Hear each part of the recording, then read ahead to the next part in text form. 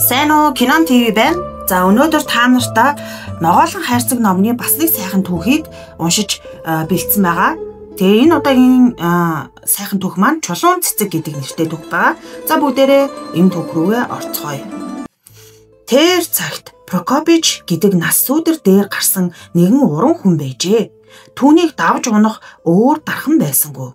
Прокопичд хүүхэд дагалдан сурах гэж эзэн захирагчид тушаажээ. Юу ч чаддгийг нь сурч авах гэж хэлсэн юм байж. Урыг минь хүн сураад авчихна гэж бодсон уу? Ягаад ч юм Прокопич хүүхдэд бараг юм зааж өгдөггүй хүн байлаа. Юухнаас л бол ширүүн зандчиж зодно. Хүүхдийн толгойг тав руу болтол хавтгаж, жихийн тасдах шахан мушгиж, энэ тэнцэхгүй нүд гэр хаа биш. Гар хуруу болох юм сурахгүй хүүхэд гэж захирагчид хэлнэ. Прокопичийг аяарн байлах гэж эзэн захирагчид загсан бололтой. Тэнцэхгүй бол яах вэ? Өөр хүүхэд өгье гэж хэлээд өөр нэг жаалыг явуулдаг байжээ. Хүүхдүүд чулууны урд ингэж сурдгийг сонсчээ. Прокопичд л оногдохгүй юмсан гэж урдаас уйлж гуйдаг байж. Эцэг ихэн төрсөн үрээ тэгж зовоох дургүй тул чадах ятгаараа хаазаалах болжээ. Үнэндээ Ногоолонгийн ур хэцүү бөгөөд хортой. Иймээс ч хүмүүс сэрэмжлэн болгоомжилдаг билээ. Захирагч эзний загсныг марталгүй Прокопичд хүүхэд сурахаар өгнө. Цаадхан тэр хүүг зовоож энэ тэнцэхгүй хүүхэд гэж хэлээд буцаагаад захирагч руу явуулна. Дандаа л энэч тэнцэхгүй тэрч тэнцэхгүй гэх юм. Хэдий тэнцэх юм бэ? Энийг сурах чи гэж зэмлэн буруу шаах болжээ. Прокопич аанал надаас юу гарах юм бэ? 10 жилж оролцсон энэ хүү юм сурахгүй гэж хэлнэ. Чамд өөр ямар хүүхэд өгөл болох юм бэ? Ис өгсөндөө ч гимгүү. Би түүгээр ч уйдахгүй. Ийхүү захирагч Прокопичтэй хамт олон хүүхэд шилж оролдовч хүүхдийн толгойд бөөн болдруу хүсэж боддог нь яаж игээд л оргохсон гэсэн тийм л үр дүн гарчээ. Зарим хүүхэд Прокопичд хөөгдөх гэж зориуд юма буруу хийдэг байжээ. Ингэж байсаар үлэн Данилкогийн ээлж иржээ. Данилко нэлхтаа өнчөрч хоцорсон хүүхэд. Нас лавал 10 хэд хүрсэн. Цүүцгэр өндөр. Яаж амьд явдаг юм гэмээр чүргэр дуранхаа болохоос цэвэрхэн царайтай, буржгар үстэй, цэнхэр нүдтэй хөөрхөн хүү билээ. Данилко эхлээд ноёдын өргөөнд зарц болохоор авч тамхины хайрцаг, алчуур зөөх, ийш тийш аарсаар юмд гүйлгэх зэрэг ажил хийлгэжээ. Үнчин хүү зарц болох авяас байсангүй. Данилкогоос өөр хүүхэд бол энэ ажилд гэлсэн шүү дээ. Юм л бол гар ташаанд авч юу гэж тушаахсан бол гэж хэлэндээ. Гэтэл Данилко болон чигдэж зураг чимэглэл харж гөлрөө зогсчихно. Хашгичаад байхад ажигчгүй байдаг ажээ. Анхандаа зодож байснаа сүулдэ. Амгалан хөдөлж зөксөн амтын юм да. Ийм хүн гавшгаа сайн зарч болж чадахгүй гэлцээд зөнд нь орхижээ. Ийм сул биетэй амтан 7 хоногч тисэхгүйгээд заваад ургаад өгсөнгөө. Захирагч Данилког туслах малчин болгов. Энэ ажил бүрч тэнцсэнгөө. Овоол хичээнгүй хүү шиг хэрн заавал гиндэн. Үргэлж нэг юм бодох ажээ. Өвс ногоо ширтээ цууж байтал үхэр нь алдаад явчихна. Азар үхэрчин өвгөн ээлдэг хүн таарч өнчин хөг өрөвдөг боловч заримдаа Данилко чи юу хийж чаддаг хүн бэ? Өөрийгөө ч баллаж яасан өвгөний бүтэр нурууг хорсох нь дээ. Ингэж яаж болох юм бэ? Чи юу бодож байдаг хүн бэ гэж зэмлэхэд Данилко өвгөн ах минь би өөрөө мэдэхгүй юм да. Тийм юм гэж бодсон юм алгаа. Навчин дээр явж байгаа жижигхэн хорхоог жаахан сонирхож харлаа. Хөх ягаан хорхооны далвчанд ороос шар өнгө цохууж харагдах юм. Тэр навч палхар өргөн, эргэн тойрон жижигхэн шүдтэй. Захам гидрэг хохурсан мэд бөгөөд тэрүүхэн тэндээ бүдэг өнгөтэй юм а. Гол нь тун сая бодсон мэд тод хар ногоон өнгөтэй юм. Өнөө хорхоо явсаар л байна гэж ярьжээ. Данилко чи чинь тэнийг юм биш үз? Хорхоо шавж маллах чинь ажил уу? Явбал явж л байг. Чи чинь үхэр хариулж яваа хүн шүү дээ. Чи ингэж тэнэглэхээ бэл. Эсвэл би захирагчд хэлнэ шүү гэжээ. Данилушка нэг л юм сурсан хүн. Цоор үлээж арахгүй сурчээ. Цоороо үлээхэд хөгжмийн сайхан гişиг шиг сонсох мэд болдог. Орой өхрөө хотлуулад эрэхт нь охид хүүхнүүд тосож ирж Данилушка хөгжмөө тоглоод өгөөч гэж гуйна. Хүү цоороо үлээхэд өтгөн гой шөөгөж гол горих урсаад болжмол шөгөөд дуугаа аван жиргэх шиг сайхан гişиг дуу хангинана. Огт мэдэхгүй тийм аялгауг чадмаг сайн цоортох ажээ. Ийм сайхан дуу цоортож өгсөнд нь хүүхнүүд илгэсэг тотон болж хагархай цорхойг нь хатгаж сэлбэж хөлийн ороод цуулж өгч шин цанц хүртэл хийж өгөх болжээ. Хүн бүгд аль амттайгаасаа шилж ариун их өхийг хичээх ажээ. Данилушгийн цоорцсон аялгау үхэрчин өвгөний сэтгэл зүрхэнд хоногшжээ. Нэг тусгуун гэвэл цоороо үлээхдээ үхэр хариулж яваагаа таг мартаж орхино. Үүнээсээ болж гай гамшиг учирчээ. Нэг өдөр үхэр хариулж яваад Данилушка цоороо үлээж өвгнийг зөөрөнгөлж байх зур хідэн үхэр тараад явчихжээ. Гэрийн зүг явахаар үхрээ цуглуулсанд хид хідэн үхэр алга байжээ. Хоёулаа сандарч ирээд явжээ. Яаж болох вэ? Тэр өдрөө үхрээ гачууртын хавьд хариулсан юм байж. Чон нохоо элбэгтэй хамгийн зэлүүд газар билээ. Ирсээр явж ганцыг олоход үхрээ хөөж ирж учир явдлыг хэлжээ. Хүмүүс унаатаа явган ирэлт гараад нэгийг ч ололгүй ирж. Тэр үед хэрхэн гисгэн шигдэгдэг байсан илэрхий. Нүцгэлж байгаад л гөвшиж гарна. Ядгад захирагчийн сүргээс нэг үнэ алга болжээ. Тэгэхээр нь бүр уучлалт гордох хэрэг байхгүй. Эхлээд өвгнийг оруулгаж Данилушкагийн ээлж иржээ. Эзний зандалчин туранхайг үг хараад энэ ч нэг л оруулахад ухаан алтан бидтэй. Айгүй бол сүнсэн тонилж мэднэ гэж байв. Гисэн ч өрөвцөнгөө оруулгажээ. Нэг оруулахад Данилушка үг хэлсэнгүй. 2-3 оруулгасан ч хүү дуурсангүй. Зандалчин ир ууралж хар тэнхээгээрээ далааж цохоод дуугүй чамаараа үг хэлүүлэндээ. Чи дуурахгүй хаагур зайлах вэ гэж хашгирав. Данилушка 2 нүднээсээ нулимс тусдуулан жичирч байвч үг дуурсангүй. Уруулаа хазаж үг хэлэхгүй тэсэд байж үг дуургаж чадаагүй байтал хүү ухаан алдчихэ. Дэрэгд нь харц зогсон захирагч ихэд гайхаж ямар төвчээртэй хүүхэд дайралтав. Хэрв амьд гарвал ямар ажил хийхийг би мэдэж авлаа хэмээн өгүүлв. Данилушка Викторийнхаа эмээгийн хэвтэж тэнхэл тамир орчээ. Тэр эмгэн хүүг идгээж хөл дээр нь босгожээ. Манай энтхийн заваад домч гэж нэрд гарсан хөгшин байсан гэж ярьдаг юм. Ямар өвс нүдний өвчөнд, ямар нь дороотоход, ямар нь яс янгин өвтөхөд сайныг андахгүй. Өвсний ид чадлыг мэддэг ажээ. Эмгэн тэр ногоог ид чадлаа олж гүйцэх үед нь түүж үндсийн чанж хандлаад шилмөөс бэлтгэж түрлэгтэй хольж авна. Данилушка Викторийнхаа эмгэнийд тогтоо аятайхан тойлуулж байжээ. Тэр эмгэн яриа хөөрөөтэй ааш зан сайтай хүн. Өвс ногоод түүний үндэс цэцгийг түүж байшингаараа дүүрэн дэлгэж хатааж явна. Энэ ямар нэртэй өвс вэ? Хаана ургадаг үгэ? Яаж цэцгэлтэй юм бэ гэж Данилушкаг сонирхон асуухад эмгэн бүгдийг хэлж өгнө. Эмээ та манай энд ургадаг цэцгүүдийг цөмийг мэдэх үү гэж Данилушка нэг өдөр асуужээ. Өөрийгөө магтахынч биш задгаа цэцгийг бүгдийг мэднэ гэв. Битүү цэцэг гэж бас байх уу? Тийм цэцэг бий. Айм гэж цэцэг дуусна уу? Айм зуны дунд сарын 15 шөнө дунд цэцгэлдэг гэж ярьдаг. Энэ ич иттэй цэцэг. Түүгээр дармал эрдэнэ болдог. Хүнд хортой цэцэг шүү. Хорт өвсний цэцэг нь гүйдэг гал юм. Тэрхүү галт цэцгийг барьж авсан хүн ямар ч цоож түгжээг онгойлгож чадна. Хулгайч цэцэг шүү дээ. Бас чулуун цэцэг гэж байдаг юм. Ногоолонтой ууланд ургадаг бололтой. Могоон чуулах үеэр ич чадал нь гүйцдэг гэж ярьдаг. Тэр чулуун цэцэг хамгийн хувгүй хүнд үзэгддэг юм гинлээ. Яагаад тэр хувгүй байдаг юм бэ эмээ гэж Данилушка асуухад хүү минь би үүнийг мэдэхгүй. Надад хүн тэгж ярьсан юм гэж эмгэн хариулжээ. Захирагчийн нүд чих болсон ховч юмнууд Данилушка гадаа гэрт орж гарах болсныг захирагчид очиж хэлээгүй бол Викторийнхаа эмээний дуудтал бие тэнхрэн суулж болох байсан билээ. Захирагч Данилушкаг дуудуулж авчаад Прокопичд очиж ногоолонгоор гоёл чимэглэл хийж сур. Тэр л чамд яг таарах ажил гэж хэлжээ. Очихоос яхав дээ. Тамир тэнхэлгүй салхинд хөлн говьлж байсан Данилушка Прокопичд очижээ. Прокопич хүүг хараад иш ийм амтын эрхэл надад дутагдаад байж эрүүл чирэг хүндч сурахад амаргүй ажил. Дөнгөж амт тэглүүлж байгаа ийм амтнаас чинь юу гордох вэ гэж хэлжээ. Тэгээд Прокопич захирагчинд очиж ийм амт надад хэрэггүй ээ. Санаандгүй зохиод алчвал би сүүлчийн хүлээх болно гэж хэлсэнд өгснөөс хойш олон таван үггүй сурга шазран хүүхэд шүү. Хараад ядарсан дорой ингэж бүү бод гэж хавтуулсангүй. Таны мэд хэрэг би л уучраа хэллээ шүү. Заагаад үзье сүүлчийн би даахгүй шүү. Хинч чамайг таталж хангаахгүй. Цаадах чинь үнжин амтан. Яасан ч чиний дур гэж захирагч хэлжээ. Прокопичийг гэрт ирэхэд Данилушка суур машины дэргэд зогсоод нэгэн хавтгай ногоолон эргүүлж тойруулан үзэж байв. Хавтгай чулууны захыг өөлхөөр зурч тэмэглэсэн байжээ.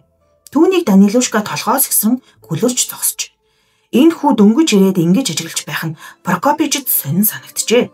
Чи юу хийж зогсно вэ? Хэн чамайг хийж байгаа юм авч үз гэж говьхөө. Юуг нь ажиглав гэж заншлаараа ширүүн асуухад өвгөн ахаа миний бодоод энэ цахаас нь өөлж болмооргүй байна. Сайхан хээ уулзыг эвдэж болох юм гэж Данилушка хариулв. Юуг нэ хин юм чи дархан уу?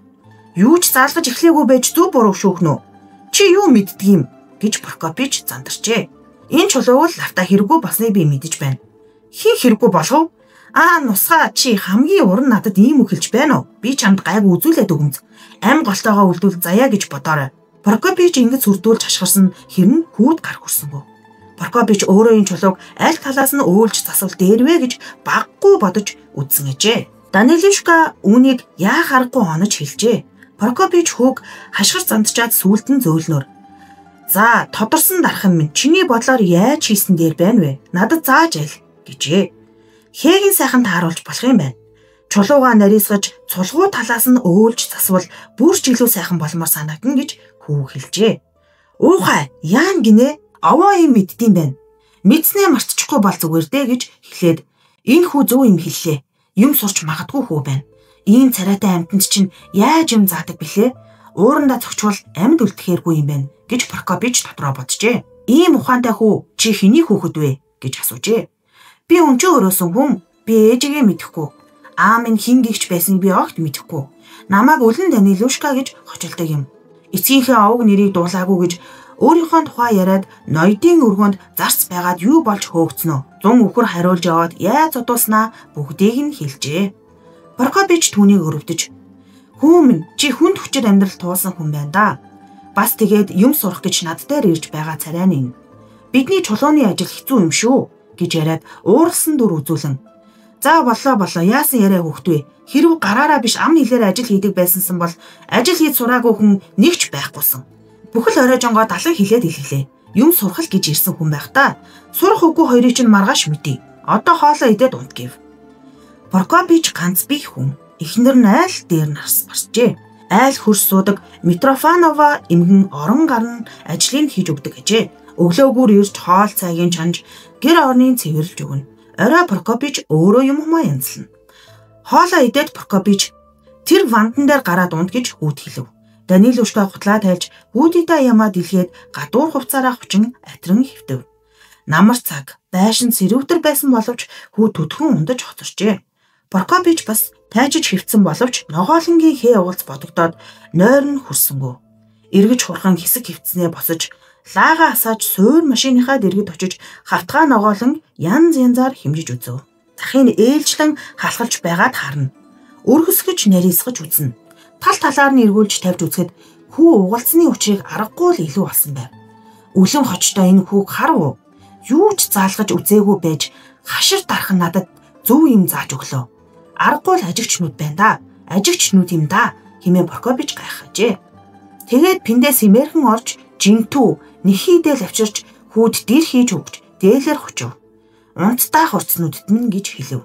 Хүүс ирсэнгүү зөвхөн өрөөсөн талаараа эргэж хөвтөн дулаахан дээлэн дор хүлжийн алгуурхан хурхирч эхлэв. Төрсөн үр хүүхдгөө Прокопич Данилушкаг зүрх сэтгэлээсээ таалжээ. Прокопич хүүг гайхан хар зогсоход Данилушка хурхраад тайван унтна. Ийм туранхай өвчтөе хүү яаж тэнхрүүлж хүний зэрэг түргийдээ байц гэж Прокопич санаа зовниж эхлэв. Ийм ядарсан мэтэй хүн яаж бидний ажлыг сурч хийх вдэ? Шороо тоос ихтэй хортой ажилд дороо өвч олон доо. Биеийн сайжиртал амрааж байж юм зааж эхлэе. Үздэл юм сурч мэдэхгүй байна гэж боджээ. Маргааш нь Прокопич хүүд "Чи одоохондоо надад гэрийн ажил хамжилсан. Ингэж би хүүхдэд юм зааж заншсан хүн шүү дээ. Мэдвүү энэ удаад чи морин улаахан түүж ир. Шүүдэр хямд хучигдаад идэл бялуунд хольж болдог дээрээ байгаа. Хол явсны хэрэггүй. Хидийл төвөл тэр. Тал хэхэн аваад яв. Ойд өлөрхөн шүү. Митрофановаг дайраад яваарай. Хэдэн өндөг чанж туйсанд чинь сүү хийж өгөөрэй гэж би гуйсан юм. Мэдвүү гэж хэлээд явуулжээ. Нөгөөдөр нь бас л "Чи өнөөдөр хамгийн сайхан жирэгдэг алгар хамгийн цовоос эргэлэн болжмор барьж ир. Эртхэн ирээрээ мэдвүү гэж хэлээд бас л хойроо явуулжээ. Данилушка тэр шууг барьж ирлээ. Тийм сайхан нь биш байна. Гэхдээ яг хав дахиад бариад ирээрэй гэж Прокопич хэлсэн ажээ. Ийхүү Прокопич хүүгээр өдөр бүр зугаатай ажил хийх болжээ. Цас хормогц айлын хүн тусалцаад эргэж ойд түлээнд явуулна. Тусалж юу базах вдэ? Ой руу явхдаа чарган дээр сууж жолоо зална. Буцахтаа чаргатаа түлээ дагаад явган ирнэ. Хүл тэнэлгэж явж ирээд хоолоо идэж бүх гिचэн унтаж орхино. Прокопич хүүгийн гадуур хувцсыг сэлбэж дулаан малгай бэйли өгч эсгийн гутал захиалж хэлчихжээ. Прокопич хэдийгээр хамжлах хүн байсан боловч орлогоосоо говчуур төлдөг учраас бага сайхан мөнгө олж хүрэлцээтэй амьд зудаг байжээ. Тэрээр Данилушкад бүр тасаж өөрийн үрээс өгөрсгүй байлгана. Юугаач түүнээс хайрладаггүй хэрнэ чулууны урыг зааж өгөхгүй азанж байв. Данилушка энхүү аятайхан амьзуух болж бүр царай цус орж махалжээ. Хүний халамж гэж юу байдгийг амьд яваа насандаа анх удаа үзэж байгаа өнчөөхөө Прокопичтэй татан болжээ. Хавар цаг ирж зав чөлөөтэй болж цөөрөм рүү эсвэл ой руу явах гэжээ. Гэвч чулууны урд суралцах ажлаа орхисонгүй. Гэртээ ирж Прокопичтэй энэ тэрийг яриад энэ юу вэ? Яаж хийдэг юм бэ гэж шалгаана. Прокопич ярьж өгч өөрийн гараар хийж үзүүлэхэд Данилушка анхааралтай ажиллаж явна. Заримдаа алив бийгээд хөө өөрөө хийж эхэлнэ. Прокопич дэрэгдэн харц суугаад засас залж ингэж хийвэл илүү гэж зааж өгдөг байлаа. Нэг өдөр захирагч Данилушкаг цөөрөмдөр байхыг хараад энэ хэний хүүхэд вэ? Олон өдөр цөөрөмдөр явахыг нь харлаа. Томоо болсон хүүхэд хэрн ажлын өдөр загсны уурга бариад эрхэлж байх юм? Нэг л хүн түүнийг ажил хийлгэхгүй нууж байгаа байх гэж үг зөөдөг ховчуудаасаа асуужээ. Ховчууд нь мэдэж ирээд хэлсэнд захирагч үнэмсэрсэнгүү. Тэр хүүг над дээр аваад ир. Би өөрөө асууж лавлая гэв. Данилушкаг ирэхээр захирагч "Хэний хүүхэд вэ чи?" гэж асуув. Ногоолнгийн дархныг даалтан сурч байгаа гэж хүү хариу өчөв. Захирагч түүний чихтэн чи ингэж юм сурдаг турсах уу гэсээр чихнээс нь чирж Прокопичинд очжээ. Хэрэг биш болж байгаа Прокопич мэдэж би алхан барьж ир гэж явуулсан юм. Шин загас идмээр санагдаад тэглээ. Би муудаад өөр хоолж идэж чадахгүй болсон. Тэгээд энийг загас барьж ир гэж цөөрөм рүү явуулсан юм гэж хүүг хамгаалжээ. Захирагч нөгөөнд итгэсэнгөө. Ер нь махалж бүтэн сайн өмд цамц сахиун гутал өмснийг үзээд Данилушкагийн юу сурсныг шалгажээ. За дархан чинь юу сургуу? Надад харуулад орхи гэв. Данилушка илгэвчээ өмсөж суур машины дэргэд очиод сурсан зүйлээ ярьж хийж үзүүлв. Захирагчийн асуусан бүгдэд бэлэн хариулт өгч байлаа. Чулууг яаж цуулах, хөрөөдөх, ирмэг дарах, хидийд юугаар наах, өнгөлөх, зис чимэгт модонд хэрхэн шигдэхийг бүгдийг зөв хариулжээ. Захирагч хүүг байцааж. Энэ л тэнц хүүхэд ирчивдэ гэж Прокопичээс асуухад өвгөн мастер. Зарах барих юм надад алгаа гэж хариулжээ. Тэгээд л чи хүүг эрхлүүлж байдаг байна. Чамд энэ хүүг юм сурах гэж өгснөөс загсны уурга бариулаад цөөрөм дээр аваажиж эрхлүүл гэж өгөөгүй шүү. Чи сайхан мэдээрээ. Үхтэл чин санаанаас гарахгүй шинхэн загсны шүл уулгыг чамд. Энэ хүүдч гунигтай юм болно гэж бодоорой гэж захирагч занаж яв. Данилушка минь чи энэ бүгдийг хэдийдээ мэдэж амжсан юм бэ? Би чамд юу ч зааж эхлэегүй байгаа шүү дээ гэж Прокопичийг гайхан асуухад та бүгдийг надад ярьж хийж үзүүлсэн шүү дээ. Би сайн ажиглаж ухаараа тавсан юм гэж Данилушка хэлжээ. Энэ бүхэн Прокопичийн зүрх сэтгэлд таа сайхан санагдахад өвгөн дархан хоёр нүднээсээ нулимс туслуулан байж Данилушка хонгор хайрт хүмүн юу мэддэг бүхнээ чамд нууж хаалгүй зааж өгье гэжээ. Энэ үеэс л хойш Данилушкад зөв зав чөлөө гарахгүй болжээ. Захирагч маргаашнаас нь хүүд хийх юм өгч эхлэв. Анхандаа бусгүй үний бүсний тол жижигхэн хайрцаг зэрэг аарсаар юм өгч явуулжээ. Дараа нь лааны суур янзын гоёл чимэглэл нарийн хийцтэй зүйл өгөөлөв. Навч нахаа, дэлбэ, хээ уугалц, цэцэг мэтийн зорц хэлэхэд төвөгтэй юм шиг юм өгөх боллоо. Ногоолонгоор юм хийдэг урчуулын ажил хямд бүтэх биш. Хялбархан хийчихмээр мэд санагдаж өдий төдий хоногоор сууна. Ийм л ажил хийж байж Данилушка ёстой уран хүн болсон юм да. Хавтгай чулуугаар мушгаа бугууч үрж хийснээс нь хойш Данилушкаг аргагүй уран хүн болж гэж захирагч хүлээсэн билээ. Өлөн Данилко гих хочтой ногоолонгийн бас нэг уран хүнтэй боллоо. Нас залуу яаралгүй болохоос ажилд зүгээр юм. Даалгавар өгч хийлэх үү? Эсвэл Прокопичийн адил 30-оор төлөвлөж ажиллах уу? Та юу гэж тушаахсан бол гэж захирагч эзэндээ бичжээ. Харин Данилушка удаан бус гайхмаар шалмгүй байжээ. Прокопич л тийм ажлын дүүтэй хүн байсан. 5 хоногт заавал хийж дуусгах гэж захирагчийг хүүд даалгавар өгөхөд Прокопич захирагчинд очиж "Иймхэн хугацаанд амжуулж чадахгүй. Хагас сарын хугацаа хэрэгтэй. Энэ хүү чинь дөнгөж сурч байгаа шүү дээ. Яарвал хамаг чулуу өвдөж гүйцэн" гэж хэлв. Захирагч маргаж байгаад хэд хоног нэмж өгөв. Данилушка нэг их хүч гаргалгүй ажиллаж байв. Захирагчаас нууж ажлын завсар чөлөөгөөр уншиж бичиж сурчээ. Баах ч гэсэн бичиг үсэг гаргадаг болж. Бичиг үсэгтэй болоход нь Прокопич хүүд тус хүргэжээ. Прокопичийг заримдаа захирагчийн даалгасан ажлыг Данилушкагийн өмнөөс хийж эхлэхэд хөө. "Яах вэ өгөн ах та? Яах нь вэ? Миний өмнөөс та суур машиныг дэргэд зогсох гэж үү? Ногоолонгийн тоосон сахал чинь ногоон өнгөтэй болж. Бие дороотож байгаа харахгүй байна уу та? Надад гин болох юу байх вэ гэж хэлээд Данилушка хавтуулдаггүй байв. Данилушка бүр махалж урд өлөн хочтой байсан хүү биш болжээ. Өндөр гойлог нуруутай, дурдсан ягаан хацартай, буржгар үстэй, баяр баясгалантай, нэг үгээр хэлэхэд огтын сэтгэл гжигдсэн залуу болжээ. Прокопич эхнэр авах тухай хүүд ярихад Данилушка толгоос өсөрч Инээс хожимдохгүй шүү. Ястаа сайн уран болж байж ихнэр авна гэдэг байв. Тэр үеэр эзэн захирагчийн бичгийн хариуд ийм хариу бичжээ. Прокопичийн дагалдан Данилко миний гэрт тавих хөлтөө тогоо хийж өгөг. Тэгсэн хойно говчуур төлөвлөх үү эсвэл даалгавар өгч юм хийх үү гэдгийг шийдэе. Прокопич түүнд туслах би чи харж байгаарай. Харж хандаж байхгүй бол чи өөрөө зэмд унана шүү. Захирагч эзний энэ загтлыг хүлээж аваад Данилушког дуудаж ирүүлээд чи миний дэргэд ажил хийх боллоо. Суур машин засаж хэрэгтэй чулууг чинь зөөж өгнө гэв. Прокопич үүнийг дуулаад сэтгэл зовнон захирагч яагаад ингэв? Ямар учир байна вэ гэж асуухаар захирагчинд очжээ. Цаадах нь юу боллоо гэж хэлэхэвдээ. Чамд хамаагүй чи мэддэг биш гэж сандарчээ. Данилушкаг захирагчийн дэргэд очиж ажил хийхээр явхад за Данилушка минь яарч болдоггүй юм шүү. Түүнд чадлаа битгий үзүүлээрэ гэж Прокопич хүүд захиж явуулав. Данилушка анхлан болгоомжтой хийж байв. Олон дахин химжиж байгаа дүр үзүүлвч уйтгартай мэд санагдсан ажээ. Хийсэн ч хийгээгүй ч захирагчийн дэргэд хоёр нарны хооронд цаг нөхцөөж хугацаа төхөөлж болох байлаа. Гэтэл хүү уйтгартай чадлын хэрээр хийж тоогоог дорн дуусгажээ. Захирагч инкэл ёстой юм шиг харж байснаа дахиад нэг хийгээд гэж хэлжээ. Данилушка хоёр дахьыг хийчгээд гурав дахь тоогоог хийж эхлэв. Гурав дахь тоогоог хийж дуусгаад захирагч одоо чи миний гараас гарахгүй шүү. Прокопич та хоёрыг одоо л мэдж авлаа. Миний бичсэн загтлын хариуд эзэн чамд нэг л тоогоо хийх хугацаа заасан юм. Гэтэл чи энэ хугацаанд бүр 3-ыг хийлээ. Чадлыг чинь мэдлээ.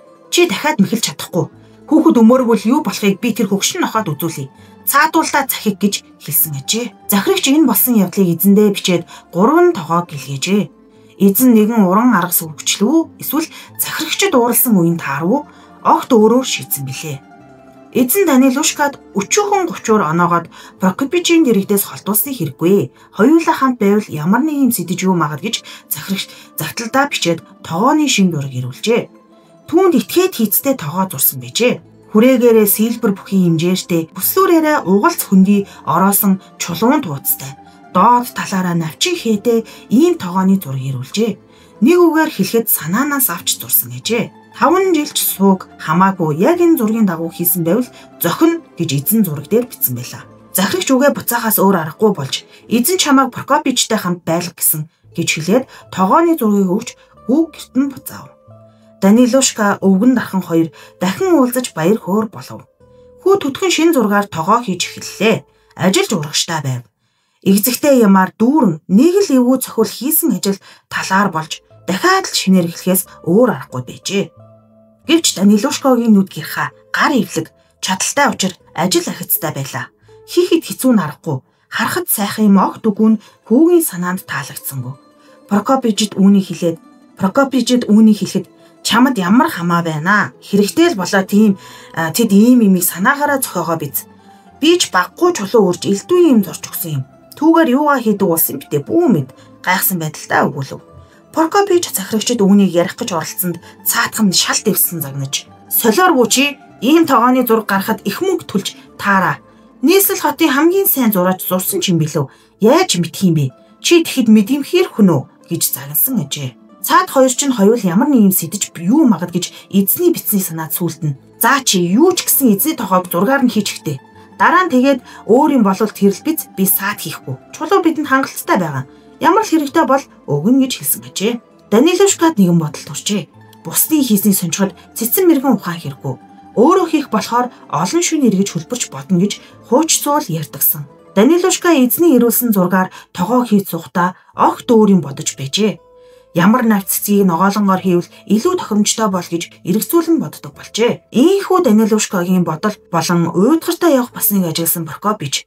Данилушка би чинь зүгээр үз ийм тогоо хийхэд хэлбэрл баймаар юм да. Яахын хэрэг юу вэ? Чи цагийн үргэлжид оролдоод суух юм. Гадуур гарч угаалбал яасан юм бэ гэхэд Данилушка. Харин ой модоор явдаг юм уу? Хэрэгтэй юм олж үзэх болов уу гэж хэлжээ. Тэр өдрөөс хойш Данилушка бараг өдөр бүр ойр руу явах болжээ. Цэцэг жимсгэн боловсорч ургамал цэцгэлж гүйтсэн эд хадламгийн цаг билээ. Данилушка хадлан хадаж байгаа газар буюу ойн цорхоод ирж юм хараа зогсно. Тэгснээ өвсөн дундуур ийш тийш гисэн явж юм ирсэн мэт өвс ногоо ажиглана. Тэр үед өвс хатсан хүн олон ажээ. Чи юмаа гэсэн хүн үү гэж тэднийг асуухад Данилушка гунигтай нэзгэлж би юм гэсэн юм бишээ. Харин ирсэн юмаа олохгүй байна гэж хариулав. Энэ хүн нэг л биштэй гэж хүмүүс ярилцах болов. Данилушка өдөржин ойд тэнэж гэртээ ирэнгүүт суур машины ард өглөө болтол суугаад нар хөөрмөц бас л ойруу явна. Агширган, яншуу, туу өвс, тэрэлж зэрэг голцоо мал иддэг өвсний янзын цэцэг навч түүж ирдэг болжээ. Хоёр хацар нь хонхоож, нүдэн тогтургүй болж, хийж байгаа юмдаа гар хүрч чадахгүй байхын Прокопич ажаад санаа зовх болжээ. Тогоо хий гэж бодгоо сэтгэл амархаа боллоо. Эрдний чулуун үнэн хүчээ олгооц нэгэн тогоо уралмаар санагдаад байх юм гэж Данилушка хэлжээ. Чи юунд ингэтэл санаа зовно вэ? Гэдэс татгалан мөр бүтэн байна. Өөр юу хэрэгтэй билээ? Эзэд ноёд бидэнд л халтаж хөндөхгүй бол юу дуртайгаа зугаа цэмглээ гаргаж байг. Ямар ч хээ угалцтай юм хийлээ гэсэн хийгээд л үгүй. Тэдний хэлхээс өмнө төг удаж юу хийнвэ? Прокопичийг хориглоход би зөвхөн эзний тусын тулд шамдаж байгаа юм шээ. Өөр тогоо хийгсэн бодлоо орхиж чадахгүй байна. Манай энд ямар сайхан чулуу байна вэ? Бид түүгээр юу хийж чадаж байна вэ? Гайгуудаа л огтчиж үрж өнгөлөхөөс хэтрэхгүй байна шүү дээ.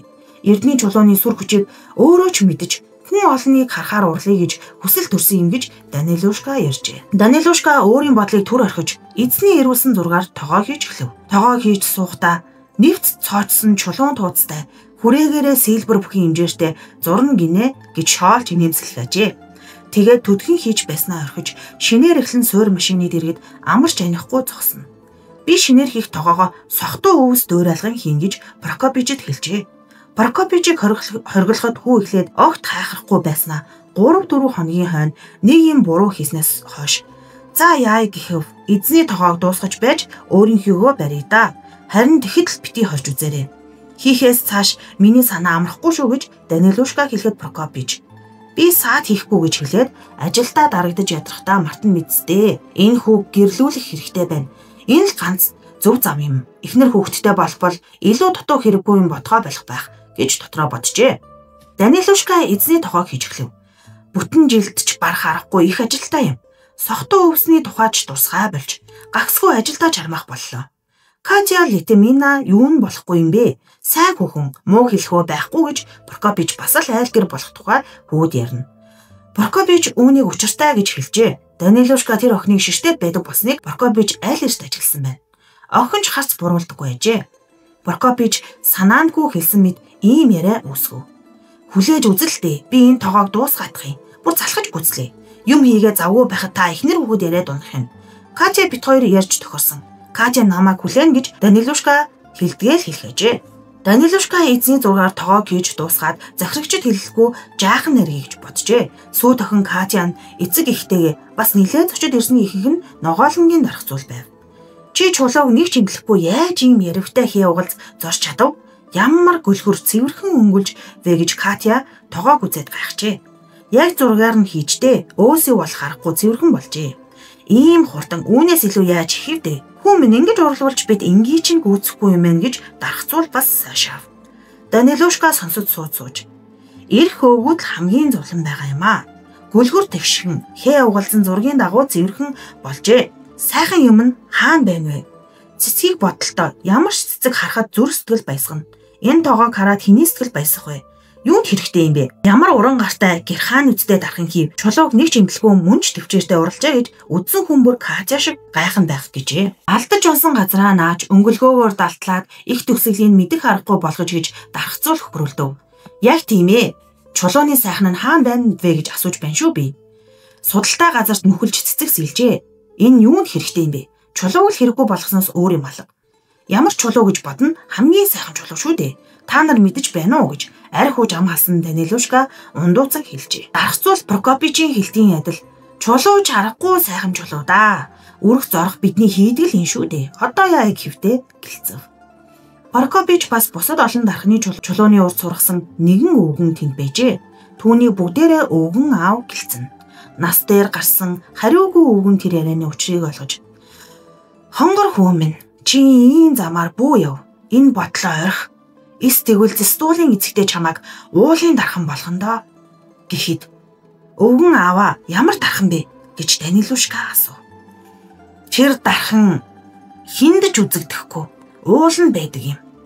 Уулын эцэгтэй хэрэгтэй бүгдийг тэр дархцуул хийж судаг. Тэдний уралсан зүйлийг би үзсэн. Аргагүй хийдэг ус та.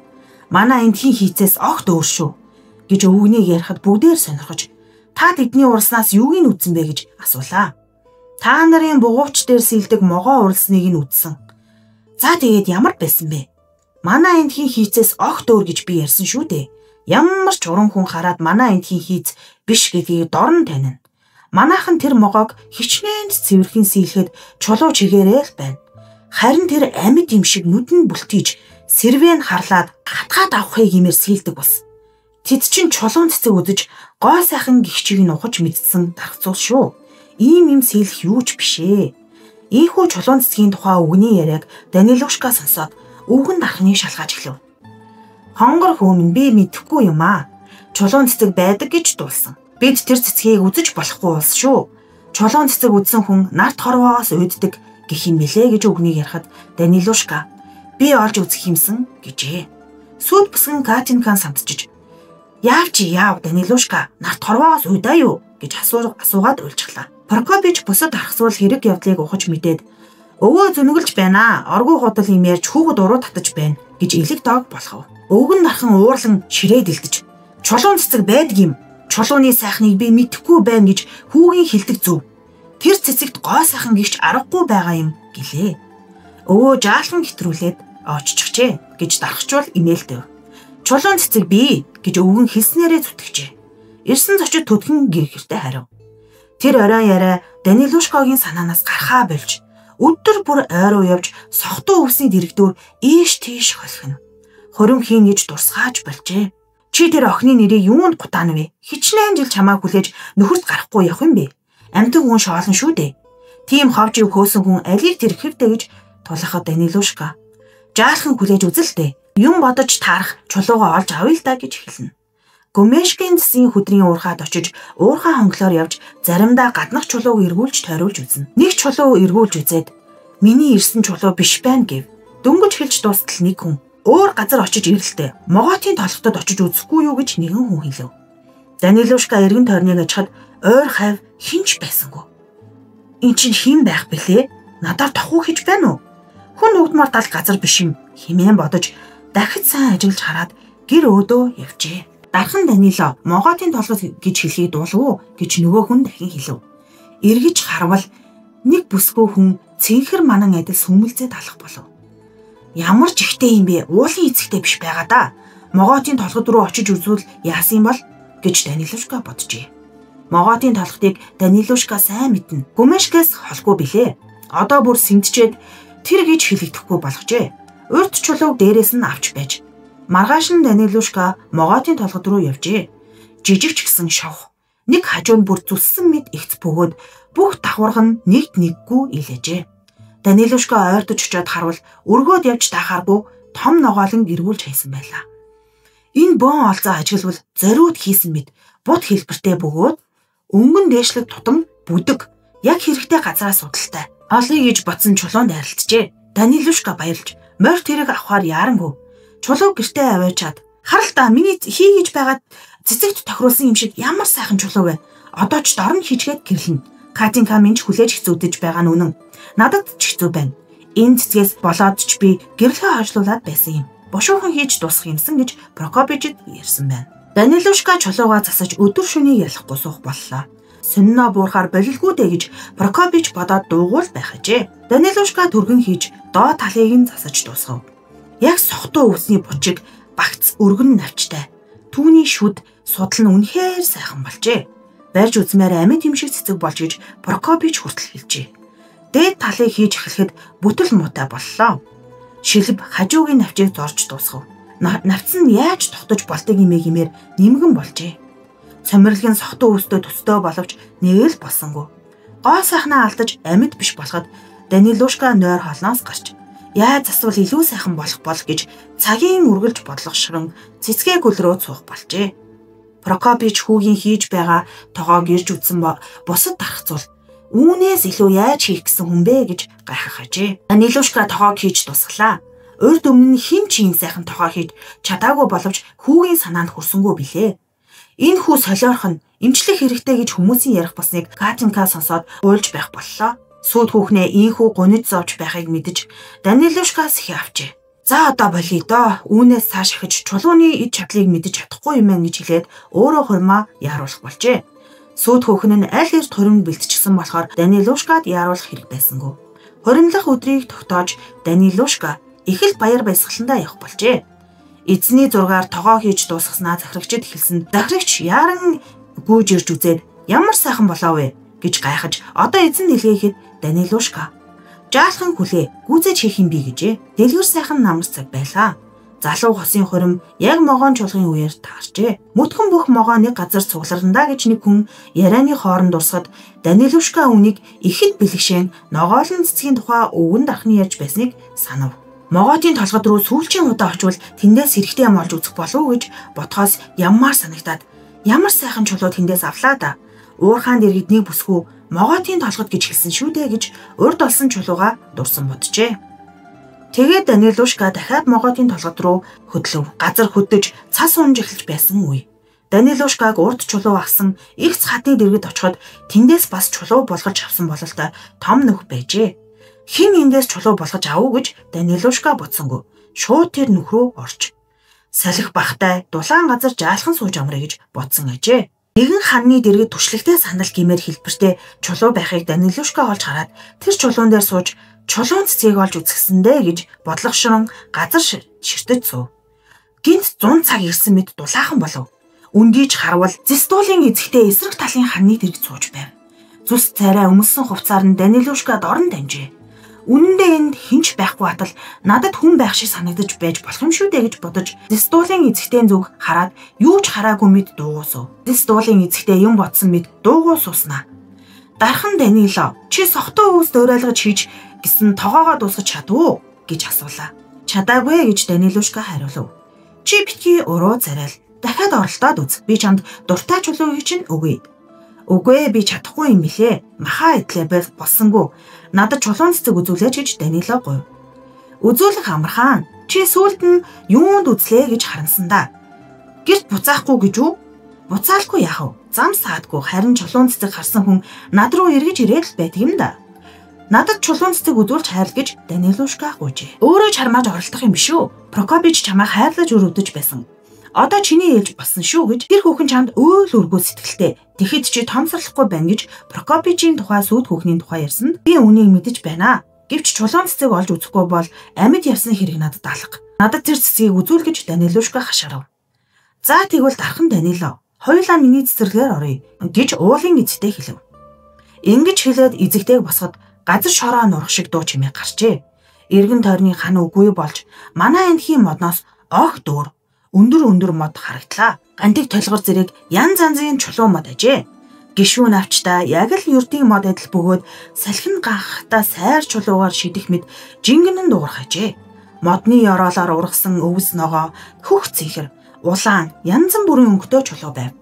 Нар үзэгдэхгүй хэрн шингэх нарны туяа туссан мэд гэрэлтэй ажээ. Моддын хоорондоор алтан шаргал зулцхан могоонууд бүжиглэх мэд чичрэн гэрэл цацруулна. Тэр бүсгүй Данилушкаг ой модны чулуунд дагуулж ирлээ. Тэнд газрын хөрс нь жирийн шорон хөрс мэд боловч хилэн адил тас хар өнгийн бут ургажээ. Бут бүрийн оройд том ногоон хонхон цэцэг найгаж байх харагдлаа. Ногоолны цэцэг бүрд тас хар 5 хошуу байна. Галт зүгийн тэр цэцгүүдийн дээгүүр эргэлдэж 5 хошуун дуу аялах адил жингэнэн дуугарх ажээ. За дархан Данило, чулуун цэцгээ үзэж санаа чинь амаргүй гэж уулын эзэгтэйг асуусанд ингэж хийх чулуу би хаанаас олох вэ гэв. Өөрөө хий гэсэн бол би чамд тийм чулуу өгөх байсан. Одоо чадахгүй гэж хэлээд гараараа төгөхөд дахин их дуу чимээ гарав. Данилушка урд адил нүхэн дотор чулуун тавцан дээр сууж байлаа. Намрын салхи хэсгэрнэ. Данилушкаг орой гэртээ ирэхэд сүйд хүүхнийд нь улс цугларч наригжээ. Данилушка дуу дуулж бүжиг хийгээд овоол баясгалантай байсан боловч төдхөн уруу царайлж орхисон Катинка чи яагаад хүнд оршуулах ёсолд ирсэн юм шиг гэхэд толгоо өвдөд хар ногоон улаан туяа нүдэнд тусаж гэрэл гээгээ үзэхэ боллоо гэж Данилушка хэлжээ. Ингээд тэр оройн цэнгэл таржээ. Заншлын дагуу сүйд хүүхэн үерхдэг бүсгүйчүүлтэйгээ хамт нөхөр болох хүнээ хүргэж өгөхөөр явлаа. Сайндаа л 2 байшин өнгөрөөд Данилушкагийн гэрт очих байсан учраас Катинка хүүхнүүдээ тойрч аваад очие. Энэ гудамжийг дуустал яваад буцахдаа Еланы гудамжаар эргээд ирье. Данилушка минь салхинд явж засрах магадгүй гэж Катя дотроо бодсон гэжээ. Үерхдэг хүүхнүүд нь баярлал ойрхон ч гэсэн төхүүлж өгөх хэрэгтэй. Гэрн дааж ойрхон. Үдэлтийн дуу ойлгохтой дуусан биш дээ гэж зэрэг шугалтжээ. Цас алгуурхан хаялсан намуухан ийм шүн аргагүй л зугаалдаг цаг. Данилушка сүйт хүүхэнтэйгээ төрөөс хийгээд найз хүүхнүүд нь найранд ирсэн эхнэргүй харцуулуудтай хамт хоцорс хийгээд явжээ. Хүүхнүүд үдэлтийн дуугаа дууллаа. Өөд болсон хүний хойноос гашууд нь дуулдаг дуу шиг урт гунигтай аягтай дуу билээ. Данилушка минь ийм удахтай байхад эднэр бас мөргөлийн уншлах шиг дуу дуулдаг нь юу ч дээ гэж бодхоос өөр хэрэггүй юм шиг санагджээ. Катинка Данилушкагийн сэтгэлийг засах гэж оролцсонд эхлээд овоо ярьж хөөрч байснаа бас л гуниглж эхлэв. Катинкагийн үрэгдэх хүүхнүүд тэр үеэр нөгөө үдэлтийн дуугаар болоод хөжилтэй дуу эхэлж хөхрөлдөж гүйлдэн наадаж байхад Данилушка тонгоон гэлтэрнэ. Катинка хичнээн оролдоод түүнийг хөгжөөн байсгаж чадалгүй явсаар гэрийнх нь хаяанд иржээ. Найз хүүхнүүд эхнэргүй харцуул гэр гэрээдээ тарж явлаа. Данилушка сүйт хүүхнээ гэрт нь хүргэж өгсөн болоод харьсан байна. Прокопич аль хэдийнэ унтсан байв. Данилушка симэрхэн гэрэл асааж хийж байгаа тоогоо өрөөний голд гаргаж тавиад ажиглаж зогсов. Яг энэ үеэр Прокопич бөгшүүлэн ханиалгаж гарав. Өвгөн дархны бие тихээ бүр мууджээ. Прокопич ингэж ханиалгаж эхлэхэд Данилушкагийн элэг энтрэг шиг болж урдын бүхэл амьдралаа дурсан санаж өвгөн дархныг туйлын их хөрөвдөжээ. Прокопич ханиалгаж хоолоогоо засаад "Чи юуг нь үзээд байгаа юм бэ?" гэж асуув. "Өгөх болж уу гэж харж зогсноо. Болохоор барах уу да. Дэмий зай эзэлж байна. Чи яагаад ч үүнийг илүү хийж чадахгүй?" гэжээ. Хоёулаа ингэж ярилцаж байгаад Прокопич унтаад өгөв. Данилушка хөвцөн боловч нойр нь огт хүрсэнгүй. Эргэж хургаж байсаар босож гэрлээ асааж хоёр тоогоогоо ширтэн зогсно. Прокопичийн эргээд очиж санаа алдан хэсэг зуурж зогсов. Тэгээд алх шүүрэн авч шатлаараа далааж байгаад сохтуу өвс дуурайлгаж хийж байсан тоогоогоо химэх цохив. Харин эзний зургаар хийсэн тогоонд гар хүрсэнгүү дотор нь нулимчхаад гүгээд гарчээ. Тэр үеэс хойш Данилушкаг ирээд олсонгүй билээ. Хүү солио өвчин олж ой тэнэж яваад өгсөн байх гэж зарим хүн ярина. Зарим хүний ярих нь зэстүүлийн эзэгтэй уулын дархан болгож авсан байх гэлцэн. Үнэн хэрэгтэй учир явдал өөр байсныг дараа өгүүлье. За ингээд ногоон авлан хайрцгийн маань чулуун цэцэг нэртэй маш сайхан түүх ингээд дуусч байна. За хэрвээ та бүхэн энэ сайхан түүхийг үргэлжлүүлээд сонсохыг хүсэх юм бол манай сувгийг лайк даран бас subscribe дарж дэмжээрэй. Баяр таа.